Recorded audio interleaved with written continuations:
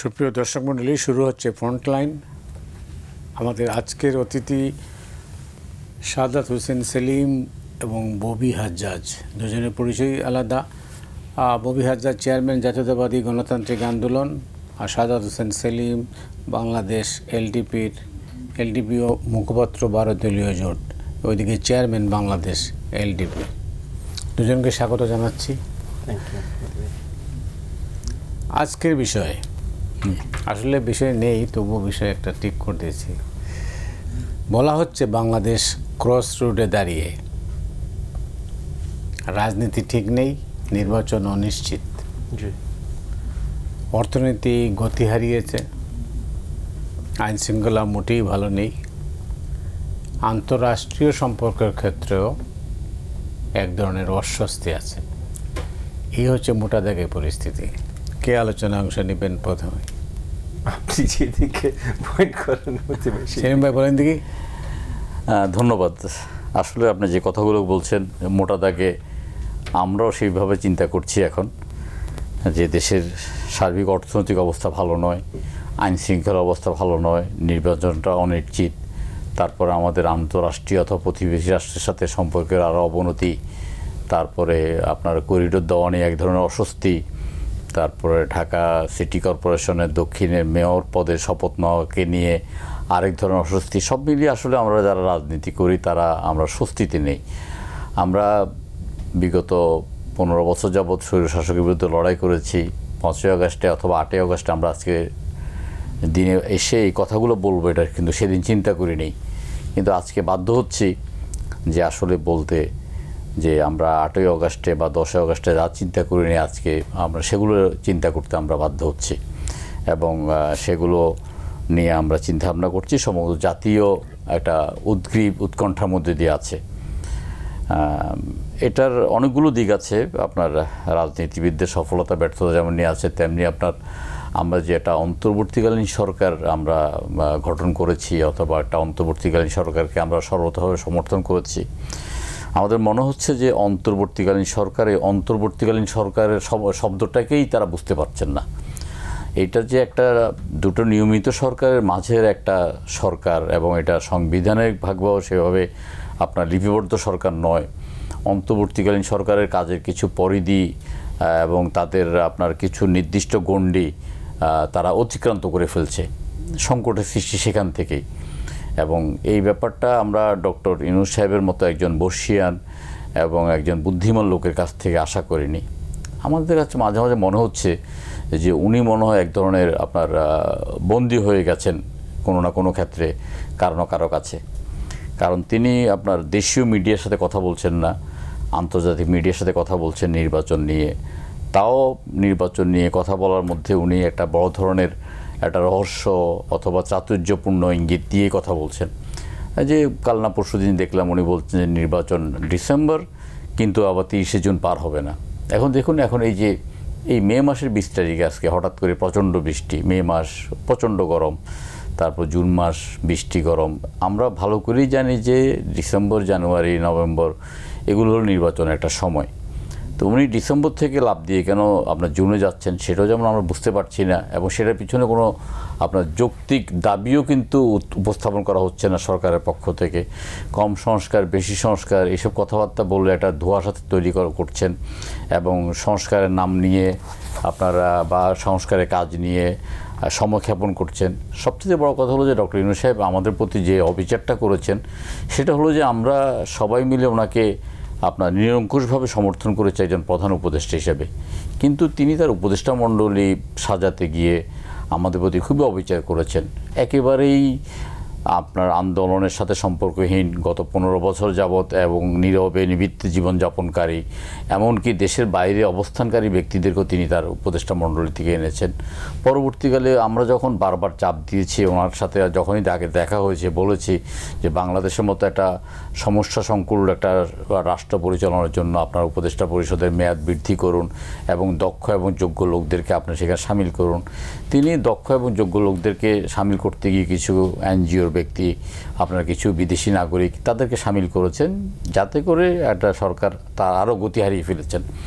সরকার কোনো অবস্থায় এটা চলমান অথবা একটা সরকার আছে এটা আমরা অনেক সময় আমরা বুঝতে পারছি না। এবং অনেক রাজনীতিবিদ বলেন যে আপনার এই গত 54 বছরের মধ্যে বা 53 বছরের মধ্যে সবচেয়ে একটা দুর্বল সরকার বর্তমানে ক্ষমতার মধ্যে আছেন এবং তারা একটা সিদ্ধান্তহীনতায় ভুগছেন এবং তারা মানে কি ক্ষমতা ধরে রাখবেন বা ক্ষমতা ছেড়ে দেবেন সেটাও আমরা বুঝে উঠতে পারছি না। আপনার এই সরকারের ধর্মমন্ত্রী যখন একটা কথা বললো প্রথমেই নির্বাচনকে কেন্দ্র করে, ক্ষমতা থাকাকে কেন্দ্র করে, তখন থেকে আমাদের মনে সন্দেহ জাগা শুরু করলো এবং এখন আমরা কিন্তু মোটামুটিভাবে নিশ্চিত যে সরকারের একটা অংশ চাচ্ছে আর নির্বাচনকে প্রলম্বিত করে রাষ্ট্রীয় ক্ষমতাকে উপভোগ করা। তাদের মধ্যে হঠাৎ অনেকেই আপনার সেলিউট, পুলিশের বাঁশি, সামনে পিছিয়ে স্কট, এগুলো দেখে তাদের মাথাটা খারাপ হয়ে গেছে। অনেক ধন্যবাদ আপনাকে সেলিম ভাই। ববি হাজ্জাজ, হ্যাঁ বলুন তো কেন এই পরিস্থিতি তৈরি হলো? প্রথমেই মতি ভাই আপনাকে অসংখ্য ধন্যবাদ এবং সকলকে সালাম এবং শুভেচ্ছা। আমি যদি এক বাই এক একটু ক্যাটেগরিক্যালি যাই, প্রথম যে প্রবলেমটা আমরা দেখছি সেটা হলো ম্যান্ডেটের প্রবলেম। ম্যান্ডেটের প্রবলেম কেন বলছি, যে গত অল্প কয়েকদিন ধরে একটা আলোচনা চলছে অন্তর্বর্তীকালীন সরকারের দায়িত্বপ্রাপ্ত উচ্চ পর্যায়ের কিছু ব্যক্তিত্ব, এবং আমারও খুব পছন্দের ব্যক্তিত্ব, কিন্তু এগেন পার্সোনাল পছন্দ আর কার্যকরী সরকার পরিচালনা তো এক জিনিস না। সো ওনারা ম্যান্ডেট নিয়ে কথা বলছেন যে অন্তর্বর্তীকালীন সরকারকে ম্যান্ডেট দেওয়া হয়েছে সব কিছু করবার জন্য। সবচেয়ে বড় ভুল আসলে উৎপত্তি এই জায়গাটা থেকে। অন্তর্বর্তীকালীন সরকার এমনভাবে কাজ করছেন যে 18 কোটি বাংলাদেশের জনগণ তাদেরকে কোনো ম্যান্ডেট দিয়েছেন, তাদেরকে দেন নাই। 18 কোটি বাংলাদেশের জনগণ যদি একত্রিত কিছু করে থাকেন সেটা হলো হাসিনা সরকারের পতনের জন্য একসাথে দাঁড়িয়েছিলেন। তারপর সরকারের ম্যান্ডেট কিন্তু কেউ দেয়নি। সরকারের ম্যান্ডেট ঢাকায় অল্প কিছু আমরা রাজনৈতিক দল আরও কিছু ইনস্টিটিউশন মিলে এই সরকারটা তৈরি করা। এই সরকারের ম্যান্ডেট খুবই সীমাবদ্ধ ছিল। এই সরকারের ম্যান্ডেটটা ছিল হলো যে জনগণের ম্যান্ডেট নিয়ে সরকার তৈরি করা, সো একটা নির্বাচন দেয়া, এবং এই নির্বাচন দেওয়ার জন্য যে কাজগুলো করতে হবে, কারণ যেই ভঙ্গুর অবস্থায় রেখে গেছিল শেখ হাসিনার সরকার, সেখান থেকে র্যান্ডম একটা নির্বাচন দেওয়া মুশকিল ছিল। সো যে ভঙ্গুর অবস্থায় রেখে গেছিল, নির্বাচন দেবার জন্য যে জিনিসগুলো দরকার সেগুলো ঠিক করা, এবং আমরা বিশাল একটা সম্ভাবনা দেখেছিলাম, একটা অপরচুনিটি তৈরি হয়েছিল, যে অপরচুনিটি সহজে তৈরি হয় না, যে সবাই যেহেতু এক জায়গায় এসছে, মানে হাসিনা বিরোধ, ফ্যাসিস্ট বিরোধ, সবাই এক জায়গায় এসছে, তো এক জায়গায় এসে সামনের বাংলাদেশ আমরা কীভাবে তৈরি করতে চাই এইটা নিয়ে একমতে আসা, যেটা কনসেনসাস। কিন্তু আনফর্চুনেটলি ওনারা যেহেতু মনে করা শুরু করেছেন যে এই 18 কোটি জনগণের ম্যান্ডেট তাদের আছে, সো তারা যা ইচ্ছা করতে পারেন, সেইখান থেকে ওনারা আসল ওনাদের যে ম্যান্ডেট, নির্বাচনের রোডম্যাপ দেয়া, এই নির্বাচনকালীন অপারেশনাল জিনিসপত্র স্থিতিশীলতায় আনা, এবং হয়তো সবার একটা কনসেনসাস তৈরি করা, এই তিনটার একটার উপরেও কাজ না করে ওরা র্যান্ডম বড় বড় জিনিস ধরছেন যেগুলো না ওনাদের ম্যান্ডেট আছে, না ওনাদের অ্যাবিলিটি আছে। যেমন যদি আমি এক্সাম্পল স্বরূপ বলি, ওনারা হঠাৎ মধ্যরাতে বা রাতের অন্ধকার একটা ডিসিশন নিয়ে এনবিআরকে 2 ভাগে ভাঙা ব্যবস্থা করে ফেললেন। আচ্ছা, করলেন দেশি বিশেষজ্ঞদের সাথে কথা বলেছেন, বিশেষজ্ঞদের দাওয়াত জানিয়েছিলেন আমরা জানি, কিন্তু বিশেষজ্ঞরা কি উপদেশ দিয়েছিলেন এটা কিন্তু আমাদের কাছে প্রতীয়মান, এটা কাউকে জানানো হয়নি। ওয়ার্ল্ড ব্যাংক, IMF তারা জোরজার করছিল এইটা ভাঙার জন্য, ঠিক আছে। তো এটা ভাঙারও এক নম্বর হলো, যদিও ভাঙার ম্যান্ডেট অন্তর্বর্তীকালীন সরকারের নাই, এটা নির্বাচিত সরকারের। তো মনে করেন আমার দলের জায়গা থেকে আমরা বিশ্বাস করি যে কিছু ডিউটিজ আসলে আলাদা হওয়া উচিত, কিন্তু ভাঙা না। ট্যাক্স কালেকশন NBR এর ডিউটি হওয়া উচিত, এবং এটার আপনার রুলস অ্যান্ড রেগুলেশনস ফাইন্যান্স মিনিস্ট্রির আন্ডারে আসা উচিত, এটা আমরা বিশ্বাস করি। ভিন্ন কেউ ভিন্ন বিশ্বাস করতে পারে, ঠিক আছে। বাট এই যে এমন একটা জায়গায় তারা তৈরি করলেন, কারোর সাথে আলোচনা না করে, ইউনিয়নদের সাথে কথা না বলে, কোনো এফেক্টিভ স্টেপস না তৈরি করে, যে 1 মাস পর বাজেট ঘোষণা হবে, 1 সপ্তাহ ধরে NBR বন্ধ, সব স্টাফরা স্ট্রাইকে। সো এই যে অরাজকতাগুলো তৈরি হচ্ছে, আপনি নিশ্চয়ই জানেন যে NBR এর এই কর্মবিরতির কারণে রাজস্ব ক্ষতি হয়েছে 11,000 কোটি টাকা। জি, এবং এটা শেষ হয়নি তো মতি ভাই, এখনো চলছে। হ্যাঁ, শেষ হয় 1 মাস পর কিন্তু আমাদের মানে বাজেট ঘোষণা করবার কথা। সো এই যে টাইমিংটা দেখেন, সো ল্যাক অফ এফিসিয়েন্সিটা দেখেন, আনপ্রিপেয়ার্ডনেসটা দেখেন। 1 নম্বর তো ভাই আপনার কাজই না এটা, যে সত্যি কথা। তবে অনেকে যদি বলতে চায় না, তবে এটা এরকম অনেক কিছু হওয়া দরকার, ঠিক আছে, তাহলে এখন দেখেন কিভাবে করছে। কোনো মানে কার্যকরীভাবে করা হয়নি। বা এই যে চিটাগং বন্দর নিয়ে কথা বলেন, বা কিছুদিন আগে হিউম্যানিটেরিয়ান করিডোর নিয়ে কথা হয়েছিল। সো প্রত্যেকটা জিনিস কিন্তু মানে যেগুলো আপনার ম্যান্ডেটের মধ্যেই পড়ে না, আপনি হাত দিচ্ছেন, কিন্তু যেগুলো আপনার করার কথা, যেমন নির্বাচনী রোডম্যাপ, একদম প্রথম যেটা আসার কথা, রোডম্যাপ আজ পর্যন্ত কেউ জানে না। মানে এই যে সেলিম ভাই যখন কথা বলছিলেন, বলে আমরা সবাই জানি আমাদের মাননীয় প্রধান উপদেষ্টা গত 16ই ডিসেম্বর থেকে একটা কথাই বলে আসছেন যে 25শে ডিসেম্বর থেকে 26শে জুনের ভিতরে নির্বাচন হবে। ঠিক আছে, বুঝলাম ভাই, রোড ম্যাপটা কোথায়?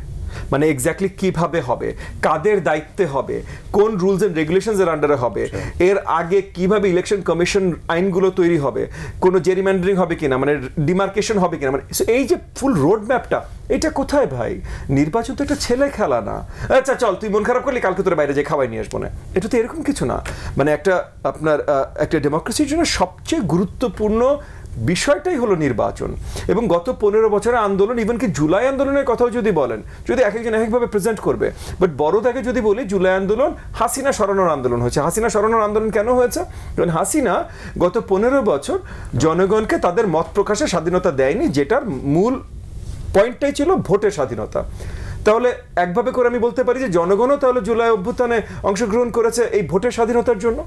তাহলে সেই ভোটের জন্যই আমরা কাজ করছি, অন্য সব কিছু নিয়ে কাজ করছি। আজকেও যমুনা ঘেরাও করতে গেছিল একটা জনগোষ্ঠী, তারপর তাদেরকে বোধহয় কাকরাইলের দিকে ডাইভার্ট করা হয়েছে। প্রত্যেক দিন এই জিনিসগুলো হচ্ছে। মানে ঢাকা শহর থেকে শুরু করে পুরো দেশে আমরা অরাজকতা ছাড়া অর্ডার দেখছি না, সব জায়গায় শুধু কেওয়াস তৈরি হচ্ছে। কেন তৈরি হচ্ছে? রাজনৈতিক দলগুলোকেও এখন, মানে যে রাজনৈতিক দলগুলো সবাই একত্রিত বসে 5, 6, 7, 8 এই সরকারটাকে ফুল সাপোর্ট করেছে এবং এই সরকারটাকে তৈরি করেছে, তারা এখন পুরোপুরিভাবে এক একটা দল এক এক জায়গায় দাঁড়িয়ে পরিষ্কারভাবে লাস্ট ওয়ার্নিং, মানে একদম লাস্ট ওয়ার্নিং এর জায়গায় এসছে যে আপনারা যদি এখনো ঠিক পথে না আসেন, রোডম্যাপ ঘোষণা না করেন, তাহলে আমরা আন্দোলনে নামতে বাধ্য হব। এই জায়গাটা কেন তৈরি হচ্ছে? সো এই যে এই জায়গাগুলোতে আপনার অন্তর্বর্তীকালীন সরকারকে দায়িত্ব নিতে হবে। আরেকটা অ্যাডিশনাল পয়েন্ট আমি মেনশন করব, এটা একটু গুরুত্বপূর্ণ, সেলিম ভাই এই পয়েন্টটা তুলেছিলেন, যে সরকার পরিচালনার দায়িত্বে অনেক ব্যক্তি আছেন যারা আসলে বংশগতভাবে বাংলাদেশি, কিন্তু তারা পুরোপুরিভাবে বাংলাদেশি না, মানে ইদার দ্বৈত নাগরিকত্ব বা অনেক আগেই বাংলাদেশি নাগরিকত্ব ছেড়ে বিদেশি নাগরিকত্ব নিয়েছেন। এখন আমাদের দেশের যে অবস্থা, সেখানে অবভিয়াসলি এনআরবি মানে নন রেসিডেন্ট বাংলাদেশি যারা আছে তাদের সহযোগিতা আমরা চাই। সো আমি বলছি না এই মানে মনে করেন লুৎফে সিদ্দিকী বলেন বা যেই নামগুলোই বলেন, মানে যারা অনেকে আছেন এখন এই সরকারে, তাদেরকে আমরা চাই না, এটা সত্যি না, আমরা তাদেরকে চাই। তবে একটা বড় দাগে মানতে হবে যে যারা অনেক বছর দেশে নেই, কারণ বিদেশি হতে হলে, একটা বিদেশি পাসপোর্ট পেতে হলে কত বছর আপনার বিদেশে থাকতে হয়, এটুকু তো আমরা জানি। এবং এই যে যাদেরকে দাওয়াত দিয়ে আনা হয়েছে তারা সবাই সাকসেসফুল বিদেশে, তার মানে 15 বছর 20 বছর 30 বছর ধরে তারা বিদেশে। তো 15 বছর 20 বছর যদি আপনি বিদেশে থাকেন এবং দেশের সাথে কানেক্টেড না, কারণ তারা ওইখানে সাকসেসফুল, তাহলে আপনি দেশের বাস্তবতা সম্বন্ধে কতখানি জানেন? সো থিওরিটিক্যাল আইডিয়া দিয়ে, নলেজ দিয়ে শুধু দেশকে উন্নয়ন করা যাবে না। তো এই যে কারণে আপনি বলেন, এই যে মনে করেন আশিক চৌধুরী বিডা চালাচ্ছে বা লুৎফে চৌধুরী দৌড়ে বেড়াচ্ছে, কিন্তু দেশের ইনভেস্টমেন্ট তো বাড়ছে না, ইনভেস্টমেন্ট ক্রমাগত কমেই যাচ্ছে। মূল পয়েন্টটা হলো যে একটা স্টেবল সরকার ছাড়া ইনভেস্টমেন্ট বাড়বে না। লোকাল ইনভেস্টমেন্ট না হলে বিদেশিটা হবে। জি। এবং এই যে ইনভেস্টমেন্ট সামিট টামিট যেগুলো করছে, যেমন মনে করেন ইনভেস্টমেন্ট সামিট যখন করলো এই যে কয়েক মাস আগে বিডার মাধ্যমে, তখনও বড় বড় যতগুলো আপনার বিজনেস ইসেগুলো আছে, কি বলে অ্যাসোসিয়েশনগুলো আছে, তাদের অনেকের চেয়ারম্যান, প্রেসিডেন্ট অ্যান্ড হোয়াটনট, ডিরেক্টর টিরেক্টরের সাথে আমার বসা হয়, আলোচনা হয়, তারা সবাই একদিকে একই কথা বলেছে, ভাই আমাদেরকে তো দাওয়াতই দেয় নাই। এখন আমাদেরকে যদি দাওয়াত না দাও এবং তুমি বিদেশি ইনভেস্টর আনো, বিদেশি ইনভেস্টর কোথায়, টাকাটা দিবে কোথায়? ইনভেস্ট তো আমাদের সাথেই করবে। সো এইগুলো প্রবলেম তৈরি হচ্ছে। ববি হাজ্জাজ, এই পর্যায়ে আপনাকে ধন্যবাদ। সেলিম ভাই, আপনি তো আপনার বক্তব্যে অনেকক্ষণই বলেছেন, কিন্তু আমরা আসলে যাচ্ছি কোথায়? আমার মনে হচ্ছে যে আমি যেটা বললাম যে ইউনূস সাহেব মনে হয় ধীরে ধীরে বন্দী হয়ে যাচ্ছেন, এবং তার বন্দী দশার কারণেই হয়তো আমরা নিজেরাই সমস্ত জাতি আবার বন্দিত্বর দিকে যাচ্ছি কিনা সেটা আমরা শঙ্কিত। কারণ প্রথম কথা হলো যে ওনাদের মাত্রা জ্ঞান হারিয়ে ফেলছেন। মাত্রা জ্ঞান হারিয়ে ফেলে আমরা বারবার বলছি যে এটা একটা অন্তর্বর্তীকালীন সরকার। একটা অন্তর্বর্তীকালীন সরকার যা ইচ্ছা তা করতে পারবে না। দৈনিক রুটিন কাজ ছাড়া এর বাইরে কোনো কাজ করার এখতিয়ার তাদের নাই, এবং তারা এখতিয়ার বহির্ভূতভাবে বিভিন্ন জায়গায় হস্তক্ষেপ করছেন। এই যে আপনার প্রেস সচিব, আমরা আপনার গত 50 বছরও কোনো প্রেস সচিবকে এইভাবে দম্ভ নিয়ে কথা বলতে দেখি নেই। উনি যে স্বৈরতান্ত্রিক ভাষায় কথা বলছেন আমরা শিউরে উঠছি, এটা মানে মনে হচ্ছে ফ্যাসিস্ট হাসিনা কথা বলছে। ফ্যাসিস্ট হাসিনার কণ্ঠস্বর্গ তার কণ্ঠ ছাড়িয়ে গেছে, যে তারা সমস্ত কিছু করার মতো ম্যান্ডেট পেয়েছে, মানে দেশটাকে তাদের কয়েকজনের পৈতৃক সম্পত্তিতে রূপান্তরিত করতে চাচ্ছেন। এখন তারা তাদের মধ্যে অর্বাচীনতা, তাদের মধ্যে দাম্ভিকতা ইত্যাদি কাজ করছেন, এবং এই কাজের জন্যই আমরা শঙ্কিত। দেখুন এখানে অর্বাচীনরা স্লোগান দিচ্ছে মানে ওয়াকার না হাসনাত, এটা তো প্রথম দিনই বন্ধ করে দেওয়া হচ্ছে, প্রথম মিনিটেই এটা বন্ধ করে দেওয়া হচ্ছিল। কোথায় ওয়াকার আর কোথায় হাসানাত? আপনার 3 তারিখে জেনারেল ওয়াকার সমস্ত সেনাবাহিনীকে নিয়ে মিটিং করে যে সিদ্ধান্তটা দিয়েছেন সেটা একটা আন্দোলনের মাইল ফলক হিসাবে চিহ্নিত হয়েছে, এবং সেই কারণে শেখ হাসিনার পতনটা ত্বরান্বিত হয়েছে। মিরপুর ডিওএসএস থেকে সমস্ত আপনার মানে সেনা কর্মকর্তা মানে সহ অবসরপ্রাপ্ত সেনা কর্মকর্তারা যেভাবে পরিবার পরিজন নিয়ে মাঠে নেমে গেছেন, বুক চিতিয়ে দাঁড়িয়ে গেছেন, রাওয়া ক্লাবে সেনাপ্রধান সহ সেনাপ্রধান সহ যারা দাঁড়িয়ে গেছেন তাদের আমরা অস্বীকার করতে পারবো না। তো সেনাপ্রধান তো একটা ইনস্টিটিউশন, এবং সেনাপ্রধানের যেই ভূমিকা এটা ইতিহাসের স্বর্ণাক্ষরে লিখিত থাকবে। তাহলে এই অর্বাচীনদের এই স্লোগানগুলো দেওয়াটা একটা উস্কানিমূলক, এবং এটার পিছনেই কাজ করছে সরকারের কেউ না কেউ, তা না হলে কিন্তু এই অর্বাচীনরা এই স্লোগান দিতে পারে না। এবং এটা করে দেশটাকে তারা একটা অনিশ্চিত গন্তব্যের দিকে নিয়ে যাচ্ছে। এটা আমরা বুঝতে অক্ষম যে সরকারের পক্ষ থেকে একটা রোড ম্যাপ ঘোষণা করতে সমস্যাটা কোথায়। ওনারা যে সংস্কারের কথাগুলো বলছেন, কিছু কিছু সংস্কার ওনারা বলছেন যেটাকে নির্বাচনকে প্রলম্বিত করার জন্য, আমরা দৃঢ়ভাবে সেটাকে বিরোধিতা করে আসছি। আমরা ভোটারদের বয়স কমানো অথবা প্রার্থীর বয়স কমানো এগুলোর ব্যাপারে আমরা দ্বিমত করে আসছি। তারপরে আপনার একটা প্রস্তাব আছে যে ধরেন 166টা আমাদেরকে প্রশ্ন করেছে, তার মধ্যে একটা প্রশ্ন হলো জেলা প্রশাসক হবেন না জেলা কমিশনার হবে। তো এটা তো আমরা হাসতে হাসতে শেষ, যে এটার জন্য রাজনৈতিক দলগুলোর সাথে সংলাপ করতে হবে। আপনি জেলার প্রশাসক করেন, জেলার রাজা করেন, জেলার গভর্নর করেন, সেটা তো প্রশাসনিক সিদ্ধান্ত হয়ে যেতে পারে। এগুলো হলো সময় ক্ষেপণের একটা ইয়ে। আরেকটা কিছু যেমন মানে একেবারে অবান্তর কিছু কথা নিয়ে আসছেন, এবং তাদের কারো কারোর সাথে কথা বলে মনে হচ্ছে যে 24 ঘন্টা 48 ঘন্টার মধ্যে তারা দেশটাকে একদম পরিবর্তন করে ফেলবেন। মানে এই ধরনের একটা ওই যে মানে তাদের বিদেশে দীর্ঘদিন বিদেশে থাকার পরে তাদের কাছে মনে হচ্ছে যে এইসব ব্লাডি বাঙালি আপনার ছোট লোকেরা এসব পারবে না, এটা আমরাই করতে পারবো। এখন তো আমরা দেখতে পাচ্ছি যে আসলে ওনারা কিছুই করতে পারছেন না। দেখুন বাংলাদেশের অর্থনীতির একেবারে লাইফলাইন বলেন বা হৃৎপিণ্ড বলেন, এটা হলো চট্টগ্রাম বন্দর। চট্টগ্রাম বন্দর মানে গত 15 বছরে চট্টগ্রাম বন্দর সম্বন্ধে কেউ কোনো অভিযোগ করে নেই যে চট্টগ্রাম বন্দর আনএফিশিয়েন্ট অথবা কোনো রকমের ভোগান্তি দিচ্ছে। অত্যন্ত স্মুথলি চট্টগ্রাম বন্দর চলছে। আমাদের শোনা কথা এটা যে 2020 সালের দিকে যখন শেখ হাসিনার মেয়ে পুতুলের জামাই যখন দুবাইতে অ্যারেস্ট হয়েছে, তখন সালমান এফ রহমান একটা থিওরি সামনে নিয়ে আসলো যে দুবাইয়ের একটা প্রতিষ্ঠানকে যদি চট্টগ্রাম বন্দরের একটা অংশ দেওয়া যায় তাহলে হয়তো সেটা আপনার তাকে জেল থেকে বের করবে। এটা নিয়ে যখন চিন্তাভাবনা চলছে, কাজ চলছে, বিরোধিতা চলছে, তারা পরীক্ষা নিরীক্ষা করে দেখলো যে ইতিমধ্যে যে এটা বহু যদি এবং কিন্তু আছে এবং আইনের পরিবর্তন করতে হবে, তারা সেটা শেষের দিকে এটা পরিত্যাগ করছে। হঠাৎ করে ডক্টর ইউনূস সাহেব চিটিয়াঙে গিয়ে বললো যে তিনি আপনার বিদেশি ব্যবস্থাপনায় চট্টগ্রাম বন্দর ছেড়ে দিতে চান, নিউ মেরিন কন্টেইনার টার্মিনাল, যেটাকে সংক্ষেপে এনসিটি বলে।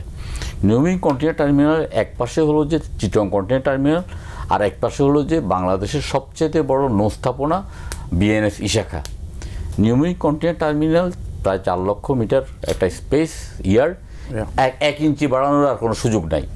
এটা 950 কোটি টাকা দিয়ে আজকে থেকে 20 বছর আগে তৈরি করেছে, 400 কোটি টাকা দিয়ে আপনার যন্ত্রপাতি দিয়ে এটা স্মুথলি চলতেছে। বছরে 10 লক্ষ কন্টেনার হ্যান্ডলিং করার কথা, সেটা 13.5 লক্ষ কন্টেনার পর্যন্ত হ্যান্ডলিং করছে, এবং একটা চলমান প্রক্রিয়াকে আপনার কোনো পদ্ধতিতে দিতে পারবে না। কারণ চিটং পোর্ট চলে, the regulation of Chittagong port cargo and container, এটা আইনের উপর ভিত্তি করে। তারপর ওনারা একবার চিন্তা করছেন G2G। এখন চিটং পোর্ট তো গভর্নমেন্ট না, এটা সেমি গভর্নমেন্ট বা একটা অটোনমাস বডি। চিটং পোর্ট সরকার থেকে 1 পয়সা নেয় না, নিজস্ব আয় চলে এবং সরকারের সব রকমের ট্যাক্স দেয়। এমনকি চিটং পোর্ট তার নিজস্ব টাকা দিয়ে পায়রা বন্দরকে 150 কোটি টাকা দিয়েছে। আবার মাতারবাড়ি পোর্টকেও তার টাকা দিচ্ছে, তাহলে এটা সরকারি অর্থ না। এবং সেখানে তো পিপিপি মানে public private partnership, public private পার্টনারশিপের মধ্যেও একটা সরকারি প্রতিষ্ঠান এবং একটা বেসরকারি প্রতিষ্ঠানের মধ্যে যৌথ উদ্যোগ। এখন এটা চিটাগং পোর্ট সরকারি না, আবার দুবাই পোর্ট ওয়ার্ল্ড বেসরকারি না, এই যে একটা গোজামিল, কোনো মিলে নেই। এবং এটা চিটাগং পোর্ট নিয়ে চিটাগং পোর্টও বলে নাই যে আমাদের বিদেশি অপারেটর নিয়ে করতে হবে।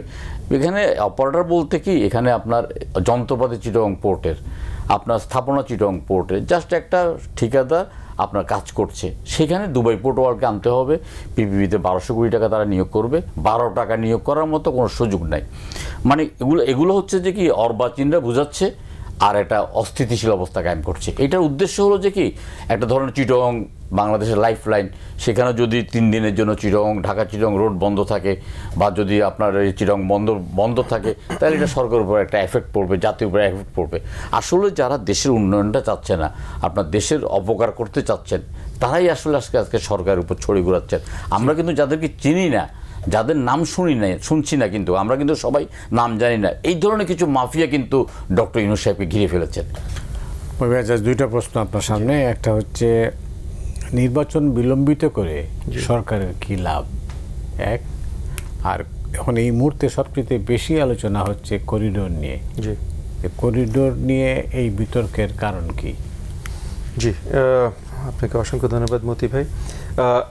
করিডোর, এই যে এর আগে যে আমি কথাটা বলছিলাম এবং কিছুক্ষণ আগে সেলিম ভাই কিন্তু অনেক সুন্দর করে এবং কিছু দূর বিস্তারিতভাবে আর কি চিটাগং পোর্টের সিচুয়েশনটা এক্সপ্লেইন করলেন।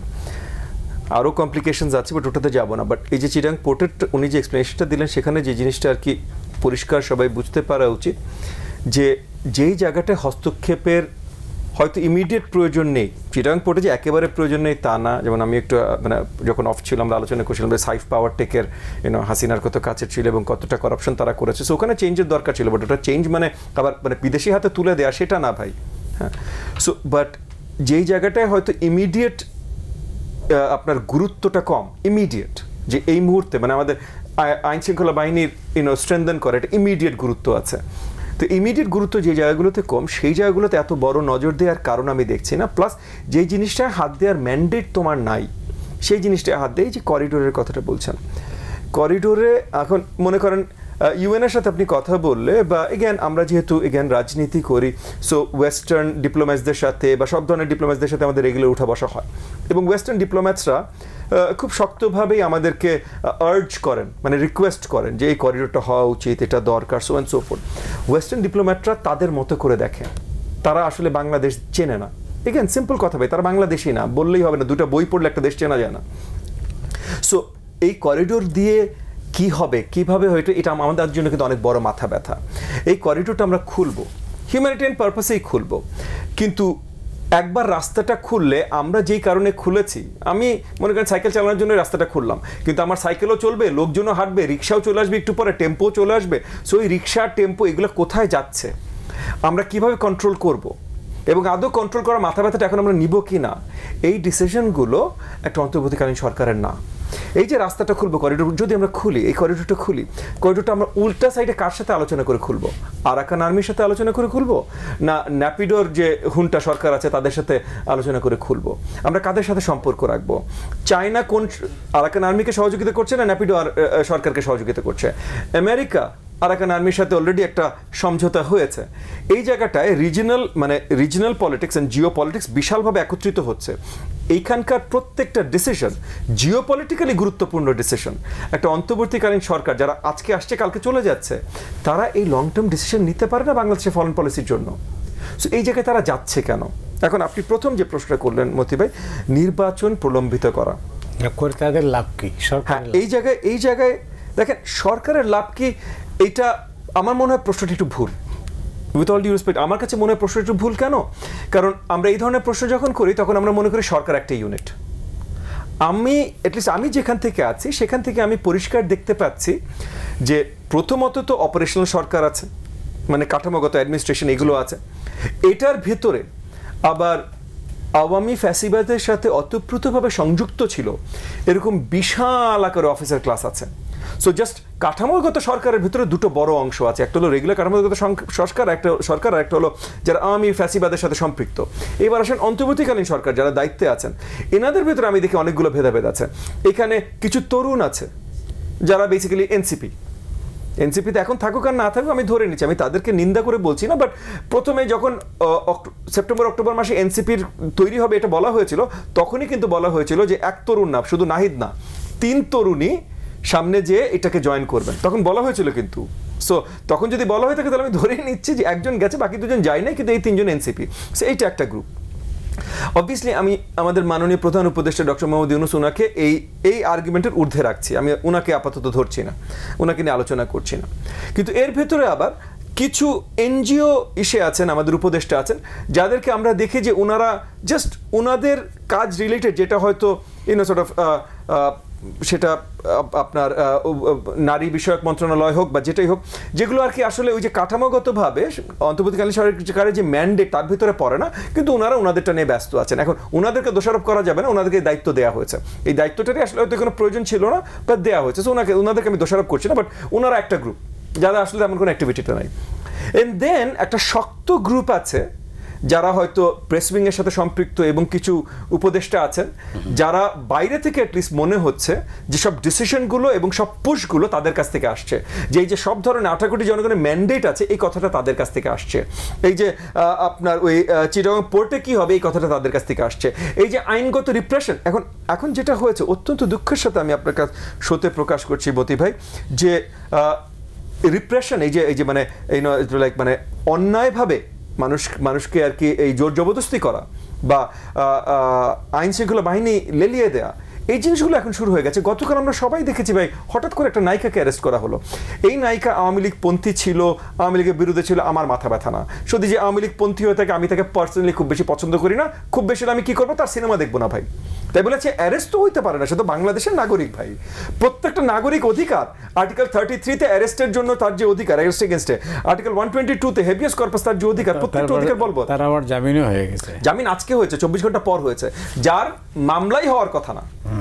কারণ তাকে যেই মামলায় ধরা হয়েছে এটা হলো খুনের মামলা, এই খুনের মামলায় তার নামে হওয়ার কথা, এটা সবাই জানে ভাই, যার একটু বেসিক কমন সেন্স আছে, থানার ওসি থেকে শুরু করে সবাই জানে এটা, যেই মামলাটাই তার নামে দায়ের করার কথা না সেই মামলাটা নেওয়া হয়েছে।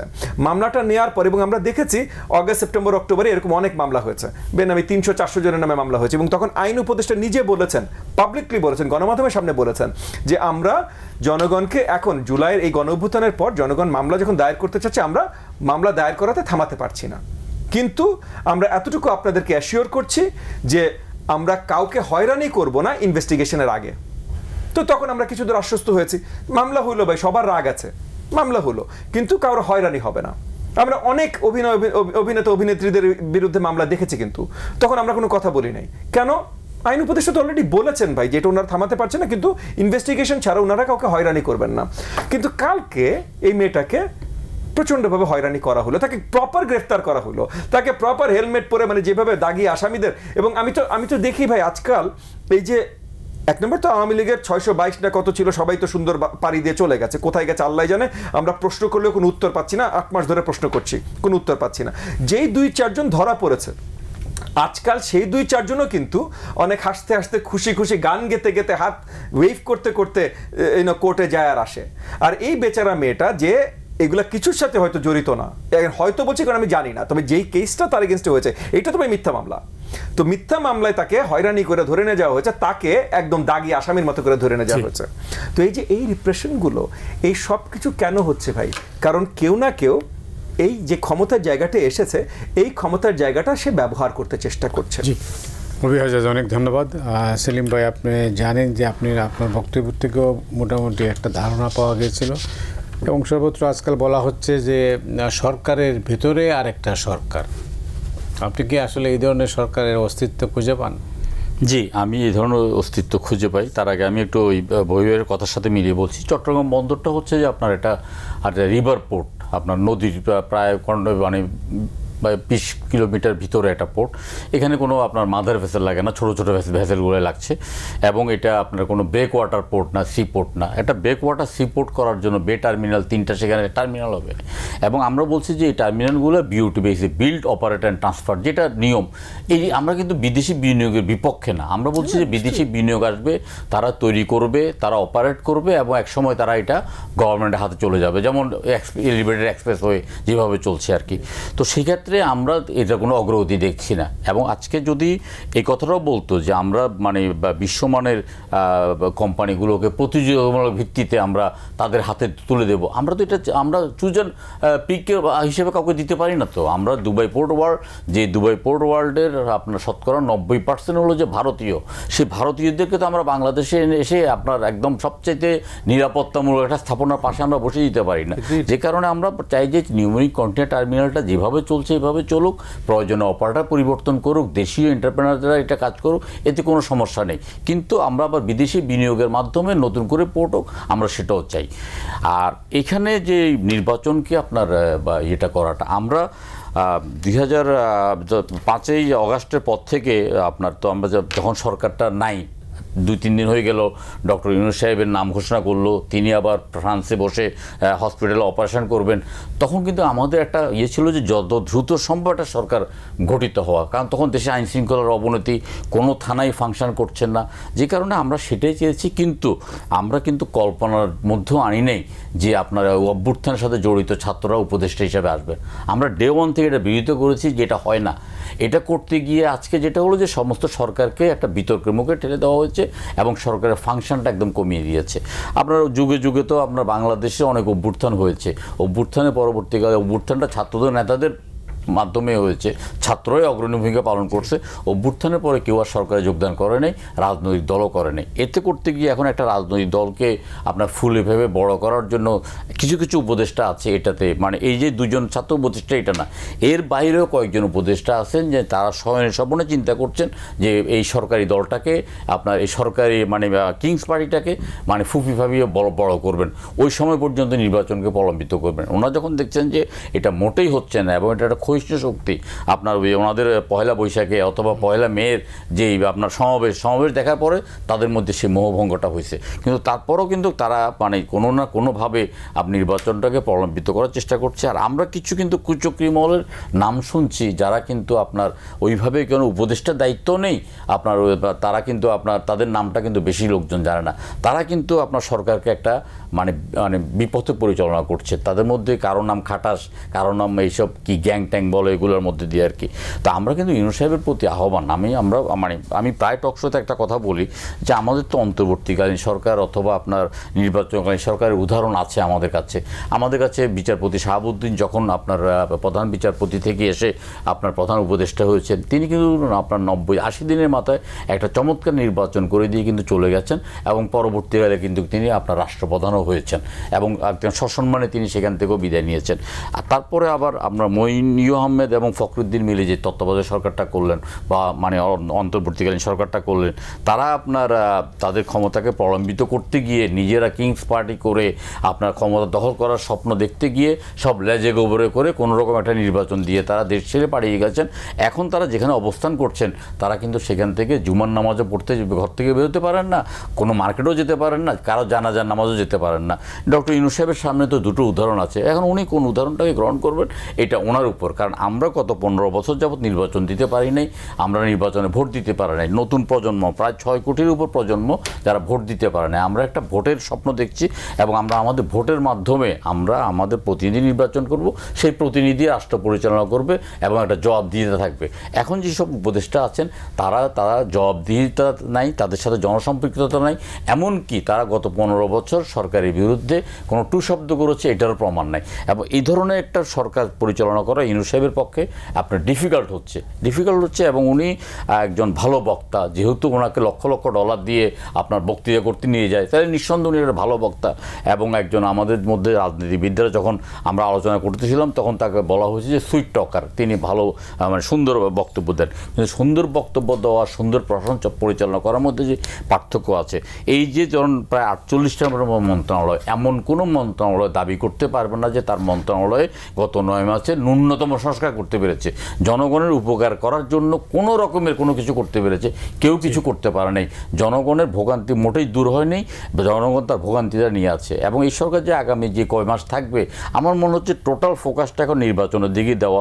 নির্বাচন পরিচালনা করার জন্য একটা উপযুক্ত প্রশাসন দরকার, নিরপেক্ষ প্রশাসন দরকার, এবং একটা আপনার পুলিশ আইনশৃঙ্খলা বাহিনী, কমিটেড আইনশৃঙ্খলা বাহিনী যে কারো প্রতি পক্ষপাতিত্ব করবেন না, সেটা করেই কিন্তু আমার মনে হয় তিনি অচিরেই ঘোষণা করতে পারেন যে অক্টোবর থেকে ডিসেম্বরের মধ্যে নির্বাচন, এবং আমরা একটা নির্বাচন দিয়ে নির্বাচিত প্রতিনিধির হাতে আমরা দেশটা ছেড়ে দিয়ে আমরা আমাদের সব ভবনে আপন মহিমে আমরা ফেরত যেতে চাই। অনেক ধন্যবাদ আপনাকে। ববি হাজ্জাজ, সামনের দিনগুলো কেমন যাবে বলে মনে হয়? আপনি তো রাজনীতি করেন, রাজনীতির সঙ্গেই যুক্ত। দেখেন মোদি ভাই, প্রথমত তো আমরা আশা করি যে সামনের দিনগুলো আরও ভালো হবে। আমরা সবসময় আশাবাদী, মানে আমাদের রাজনীতির ভিত্তি আসলে এই স্বপ্ন, একটা ভিশন যে সামনে সুন্দর দিন হবে, তৈরি হবে, এবং আমরাও অবদান রাখবো এই সুন্দর দিনটা তৈরি করবার জন্য। এবং যে সত্যি কথা, অগাস্টের 5 তারিখের পর যেভাবে আমরা আশা করেছিলাম তারপরের 9-10 মাস যাবে, অত্যন্ত দুঃখের সাথে বলতে হয় যে তারপরের 9-10 মাস ঠিক সেইভাবে যায়নি। এখানে অনেক ভুলভ্রান্তি আছে, আবার অনেক কিছু ছিল আসলে হয়তো এত বড় একটা বিজয় লাভ করার পর আমাদের এক্সপেকটেশন অনেক বেড়ে গেছিল। তবে এই মুহূর্তে আমরা যে জায়গায় দাঁড়িয়ে আছি, আমরা এটাকে একটা প্রেসিপিস বলতে পারি, মানে একটা ক্লিফস এজে দাঁড়িয়ে আছি, যে এখান থেকে যদি আমরা পিছপা হয়ে আবার সুন্দর সঠিক পথে যাই, খুব সুন্দরভাবে সঠিক পথে যেতে পারবো। আর যদি না যাই, যেভাবে আমরা কিছু দূর আর কি হুঁশ হারিয়ে যেই পথের দিকে আমরা হাঁটছি, তাহলে হয়তো সামনে বড় একটা পাহাড় থেকে পড়ার একটা আশঙ্কা আমাদের ভেতরে আছে। কারণ আমরা এমন একটা জায়গায় এসে দাঁড়িয়েছি যে অন্তর্বর্তীকালীন সরকার অনেক জায়গায় হাত দিয়েছে, অনেক কিছু করতে চেষ্টা করছে, কিছু হয়তো ভালো, কিছু মন্দ, বাট অনেক বেশি, এবং সবগুলোই অলমোস্ট তাদের ম্যান্ডেটের বাইরে। এটা প্রথম। যেমন যে সেলিম ভাই যে পোর্টের কথা বললেন, সেলিম ভাই পোর্টের কথা খুব সুন্দর করে বললেন। আমাদের পয়েন্টটা কিন্তু আমার দলের পয়েন্ট সেলিম ভাইয়ের ওই পয়েন্টের আরও অনেক আগে, যে তোমার তো ম্যান্ডেটই নেই এটা করার। ভালো খারাপ পরের কথা, তুমি যদি মনে হয় এটা ভালো, সবাইকে জানাও যেন পরের সরকারের উপর একটা চাপ থাকে এটা করার, কিন্তু তোমার কিন্তু ম্যান্ডেট নেই এটা করার। এটা গুরুত্বপূর্ণ টু আন্ডারস্ট্যান্ড। এনিওয়ে, সো তারা অনেক জায়গায় ছড়িয়ে গেছে, ওগুলো কোনো কিছু করতে পারছে না, এবং না করতে করতে তারা সব ধরনের জনসমাজকে, ইনক্লুডিং প্রত্যেকটা রাজনৈতিক দল, তারা খেপিয়ে তুলেছে। মানে তাদের পৃষ্ঠপোষকতায় তৈরি এবং তাদের পৃষ্ঠপোষকতায় চলছে এনসিপি। সে এনসিপিও এখন মনে হচ্ছে যে বারবার তাদের বিরোধিতা করে দাঁড়াচ্ছে, যদিও এখানেও মনে হচ্ছে ছোট্ট একটা হয়তো ঝামেলা আছে। কারণ আমরা অনেক জায়গায় দেখছি যে সরকার পরিচালনা, মানে ওই যে একটা ছোট গ্রুপ যেটা বললাম, যে অন্তর্বর্তীকালীন সরকারের ভেতরে একটা ছোট গ্রুপ আছে যারা হয়তো পরিচালনা করছেন, তারা বড় দাগে যে জিনিসটাই চাচ্ছেন, হঠাৎ করে আমরা দেখছি সেই জিনিসটা নিয়ে এনসিপি মাধ্যমে একটা আন্দোলন শুরু হচ্ছে। তারপর এনসিপির নেতারা যে রাস্তা দখল করছে, এবং তারপর জনগণ আসছে, সো অ্যান্ড সো ফোর্থ। এবং এই রাস্তা দখলের পর খুব অচিরেই, খুব সহজেই অন্তর্বর্তীকালীন সরকার বেরিয়ে এসে বলছে, না না ঠিক আছে, জনগণের ডিমান্ড আমরা এটা দিয়ে দিলাম। এখন জনগণের ডিমান্ড কীভাবে হলো, শুধু এনসিপি চাইলে অল্প কিছুজন এভাবে জড়ো কীভাবে হলো, এই সব কিছুই কিছু দূর আমরা ধোঁয়াশার ভেতরে আছি। সো এই জায়গাগুলো থেকে ফেরত আসতে হবে। আজকে আমরা এমন একটা জায়গায় দাঁড়িয়ে আছি যেখানে প্রত্যেকটা রাজনৈতিক শক্তি, সামাজিক শক্তি সরকারের কাছে অনেক কিছু ডিমান্ড করে বসে আছে, এবং কিছু দূর আশাহত। রাজনৈতিক দলগুলো, এই যে আমরা সকলে কিন্তু, মানে সেলিম ভাইয়ের দল, আমার দল, আমরা সকলে কিন্তু নির্বাচনের রোডম্যাপ চেয়ে 9 মাস ধরে বসে আছি। প্রথম 2-3 মাস ভাই আপনাদের সময় লাগবে, ঠিক আছে, তারপর 2-3 মাস ভাই একটু তাড়াতাড়ি দেন না। এখন আমি একটা সময় এসেছি যে ভাই আপনি রোডম্যাপ ছাড়া আপনার সাথে আলোচনার আমার কি আছে, এবং আপনি নিজেও আমাদের সাথে আলোচনা করছেন না। আপনার যা ইচ্ছাতে একদিকে করিডোর খুলে দিবেন, এত সংস্কারের প্রস্তাব এগুলো নাই আলোচনা, না সংস্কারের প্রস্তাবগুলো তো মতি ভাই আলোচনা হয়ে গেছে। আচ্ছা, মানে এই যে উনার দল, আমার দল, এবং মোটামুটি যতগুলো দল আছে, মানে দলও তো কার্যকরী দল আসলে খুব বেশি নাই, বাট যতগুলো দল আছে সবার সাথে তাদের আলোচনা হয়ে গেছে, এবং সবগুলো দল বলে দিয়েছে এই সংস্কারী প্রস্তাবের কতখানের সাথে তারা একমত। যতখানের সাথে তারা একমত ততটুকুই কিন্তু। এরপর আর মনে করেন যে জিনিসটা আমি বিশ্বাস করি না ভাই, পার্লামেন্টারি সিট 600 হবে, তার মধ্যে 300 পিওর নারী আর 300 রেগুলার, এটা আমি বিশ্বাস করি। এটা হবে না। আমার সাথে আপনি একবার বসেন আর 100 বার বসেন, এটা হবে না ভাই, আমি মানবো না। সো কনসেনসাস যেটা রিচ করে কিন্তু হয়ে গেছে। সো ঐক্যমত কমিশনের কিন্তু কাজ শেষ। এখন তাদের কাজ ভাই কি পাবলিশ করা। পাবলিশটা তারা আগামী সপ্তাহে করতে পারে, আগামী মাসে করতে পারে, এটার জন্য আগামী বছর জুন পর্যন্ত যেতে হবে না। সো এখন ওই যে যেটা বললাম যে সবাই এখন আশঙ্কার ভিতরে আছে, সবাই অনেক ধরনের আপনার ডিসস্যাটিসফ্যাকশনের ভিতরে আছে, এবং খুব তাড়াতাড়ি যদি এই আশঙ্কা এবং এই ডিসস্যাটিসফ্যাকশনগুলো সরকার অ্যাড্রেস না করে, কোনোভাবেই অ্যাড্রেস না করে, যেটা তারা করছে না কিন্তু, যেমন রোডম্যাপের ডিমান্ড তারা অ্যাড্রেস করছে না, কোনোভাবেই অ্যাড্রেস না করে, তাহলে একটা বড় আশঙ্কা আবার তৈরি হবে যে রাজনৈতিক দলগুলো কোনো উপায় থাকবে না কোনো ধরনের একটা আন্দোলনে যাওয়া ছাড়া। আর এটা যদি যায় স্পেশালি এমন একটা অবস্থানে যেখানে সরকার অলরেডি ভঙ্গুর অবস্থায়, সেখানে নেক্সট আসলে কি হবে এটা বোঝা খুব মুশকিল মতে। অনেক ধন্যবাদ সেলিম ভাই। আপনি ভারতীয় জোটের মুখপত্র, ভারতীয় জোট কি ভাবছে? 1 মিনিট আছে হাতে সময়। না, আমরা যে সংস্কারের নামে যে কালক্ষেপণের ব্যাপারটা, এই ব্যাপারটা নিয়ে আমরা খুবই অসন্তুষ্ট। কারণ প্রথমেই আপনার এই সংস্কার কমিশন বা ঐক্যমত্য কমিশন 32টি রাজনৈতিক দলের কাছে মতামত চেয়েছে। আমরা কিন্তু মতামত দিতে গিয়ে বলেছি যে আপনি কিন্তু আপনার স্বৈরাচারের আন্দোলনের সাথে জড়িত ছিল না, এবং আপনার নিত্য নতুন যে দল হচ্ছে, দয়া করে এইসব দলকে আপনারা সংলাপে ডাকবেন না। তো ওনারা কথা দিয়েছেন যে 15 তারিখের ভিতর ওনাদের সমস্ত কর্মকাণ্ড শেষ করবেন, কিন্তু ওনারা শেষ করছেন না। এখন ওনারা খুঁজে খুঁজে কিন্তু দল বের করছেন, আলোচনা করে এবং একটা দেখানোর জন্য যে এতটা দল এই প্রশ্নে একমত হয়েছে, এতটা দল এই প্রশ্নে একমত হয় না, এটা দেখানোর জন্য। তো এখানে এদের উদ্দেশ্যটাও আমি ভালো বলে মনে করছি না। আমরা 12 দল মনে করছি যে এখন যে সংকটটা, আমরা মনে হচ্ছে যে সংকটের জন্য শেষ পর্যন্ত আমাদেরকে আন্দোলনে যেতে হবে নির্বাচনটা আদায় করার জন্য। আমরা কিন্তু ওনারা বলছেন যে জুন পর্যন্ত, আমরা বলছি যে cut off time is December. ডিসেম্বরের পরে আমরা একদিনের জন্য সরকারকে দেখতে চাই না। এটা আমরা একদম চূড়ান্তভাবে আমরা সরকারকেও জানিয়ে দিয়েছি, আমরা মিডিয়ার মাধ্যমে বলে দিয়েছি, আমরা প্রতি সপ্তাহে আমরা অনুষ্ঠানের মাধ্যমে আমরা এই কথাটা সরকারকে জানিয়ে দিচ্ছি। সাদাত হোসেন সেলিম, আপনাকে অনেক ধন্যবাদ। ববি হাজজাজ, আপনাকেও ধন্যবাদ। থ্যাংক ইউ মতি ভাই। অনেক কথাই হলো, আসলে সমাপ্তিটা কী হবে আমি জানি না, উপসংহার কিছুই নেই, অসম্পূর্ণ থেকে গেল। ভবিষ্যতে আবারও আলোচনা হবে, দেখা যাক কী হয়। দর্শক মণ্ডলী, আজ পর্যন্তই। আপনারা সবাই ভালো থাকুন। শুভরাত্রি।